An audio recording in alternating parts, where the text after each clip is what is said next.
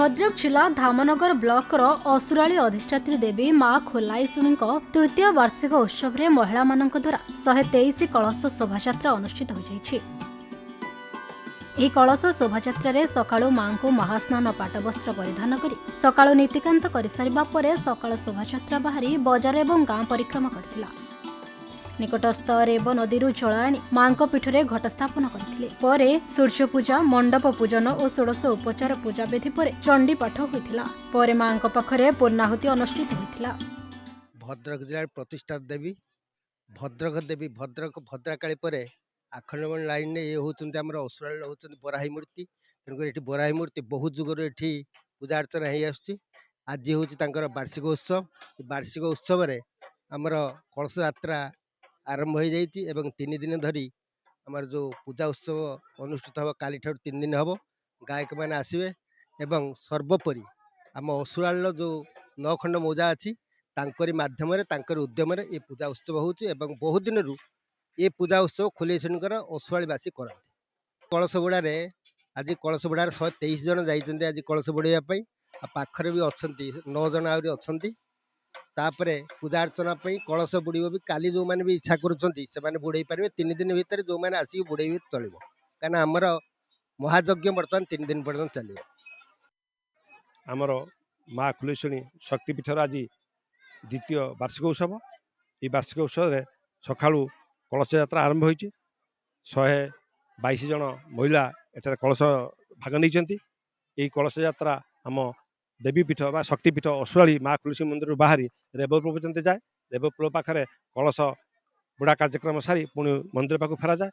माँ खोलेश्वरी आम अंचल प्रत्यक्ष देवी। प्रति गाँव लोक मैंने ये अंचल लोक मैंने जी जो टाइप मानसिक करती माँ पाख आसी से मानसिक पूरण है विभिन्न प्रकार आपणकर घोड़ा कतरू दिन विभिन्न प्रकार कार्यक्रम से माँ को संतुष्ट कराती।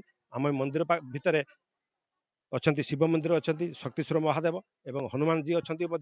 आम अंचल माँ प्रत्यक्ष देवी जोटा कि माँ खोलेश्वरी वर्ष सारा ये पूजा पर्चना काम चलता है। ये जो कार्यक्रम चली 4 दिन हम आज कलश यात्रा काली 15, 16, 17 ओडिशार विशिष्ट पाला गायक मान द्वारा ये 2 बादीपाला परिवेशन करा एवं संध्या रे समस्त भजन संध्या कार्यक्रम करा जाउची। आम अंचल लोक मैंने तथा आम अंचल समस्त भक्तबंधु ये कार्यक्रम में सामिल होती। प्रतिदिन खरा बेले प्रसाद सेवन करा जाए। सकाळू संध्या पर्यंत बर्तमान सकाळू पणा लोक मान समस्त पणा दि जाए एवं कलश यात्री मान विभिन्न प्रकार खाद्यपेयर व्यवस्था करा जाए। यही कार्यक्रम देखापी आम अंचल विभिन्न अंचल लोक मैंने रुंड हुए माँ आशीर्वाद लाभ करती। माँ खोलेश्वरी होती असुराली ग्रामर प्रत्यक्ष देवी।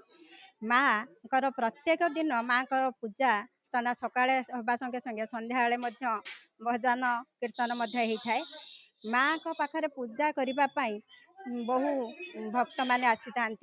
प्रत्येक प्रतिवर्ष परी ए वर्ष माँ वार्षिक उत्सव पालन करा जाउची। एठी बहु 100 रु अधिक स्त्री लोक माने आसी कलश यात्रा करी जाइथांती। प्रथमे सकाळे घट स्थापन करा जाइथिला। एबे कलश यात्रा करिबा पई जाइछंती। आसी प्रत्येक वर्ष माँ पूजा अर्चना भल हुए। माँ को जो भक्त माने आसी थांती से माने निश्चित भाबरे तांकर दुख जणे दुख निवारण करथांती। माँ हेले प्रत्येक देवी। मु यही खबर ओडिशा को धन्यवाद देवी जे से आमर ए माँ वार्षिक उत्सव रे पहुँची ताकू यही खबर को समस्त सब भक्त मान पाखरे पहुँचाई पारू से बहुत बहुत धन्यवाद देवी।